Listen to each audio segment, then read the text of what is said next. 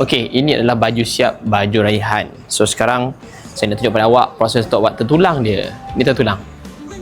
Okey, saya boleh corak bahagian ni. Nampak? So sekarang kita perlu ambil sabun. Saya punya sabun ni dah berzaman dah, masih lagi function. Okey. Sabun dekat bahagian pengeras.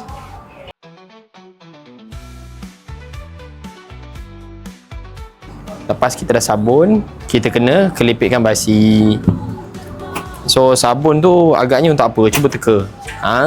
Dah lama tak buat konten pakai sabun ni. Okey. Iron dulu. Dah iron, tekan dengan kayu supaya fabric tu tak terbuka semula. Bahagian atas ni tak ada sabun kan? Ni sebab dia terkelipit balik kan? Okey, lipat sikit.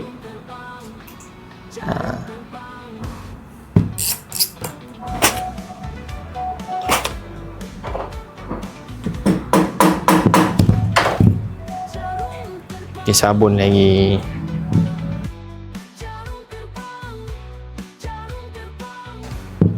Tekan dengan kayu. Okey, kemudian kita akan sabunkan pada bahagian tepi ni. Tengok saya buat dulu ya. Okey, dah siap bahagian tertulang ni. Cuma satu lagi bahagian saya minta anda kena lipat dia punya basi ke atas. Ini bagi memudahkan proses menjahit nanti. Saya akan tunjuk pada awak semua. Okey, nampak hasil dia. Cantik kan? Okey. Untuk bahagian mandarin ni, bahagian belahan ni, macam mana kita nak buat? Saya potong dekat sebelah pengeras tu. Supaya saya dapat kelipitkan fabric macam ni. Saya ulang Saya potong macam ni. Okey. First saya potong dekat atas pengeras. Okey, ni saya tinggikan sikit. Okey, lepas tu saya potong. Nampak tak terbuka tengah-tengah tu? Okey, potong kat situ.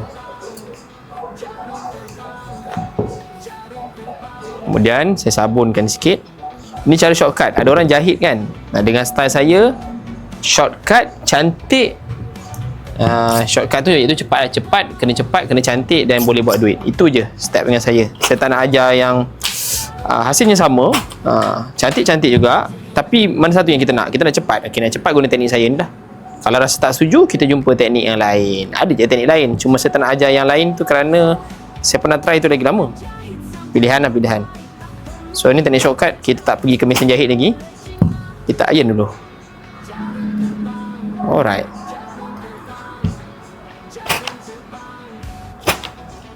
Dah siap untuk kita letak collar mandarin kita dekat sini.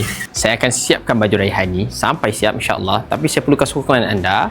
Anda perlu sokong saya dengan tekan butang follow dan boleh komen dekat sini. Kalau dah tengok video saya sebelum ni tentang Raihan, cuba komen dah. Kalau belum, komen belum. Jumpa di next video. Anda tahu tak, buku ni dah terjual lebih daripada 30,000 unit. Dah bantu ramai orang buat baju dengan lebih cepat. Dan kami dah jual lebih daripada 7 tahun. Ada yang hasilkan baju siap jana pendapatan. Apa yang ada dalam buku ni? Buku ni dia mengajar cara ukur badan, cara buat pola dengan mudah, step by step A sampai Z khas untuk newbie. Dan ada juga dalam ni ada yang buku kita letakkan QR supaya anda boleh tengok video panduan cara menjahit dengan lebih mudah.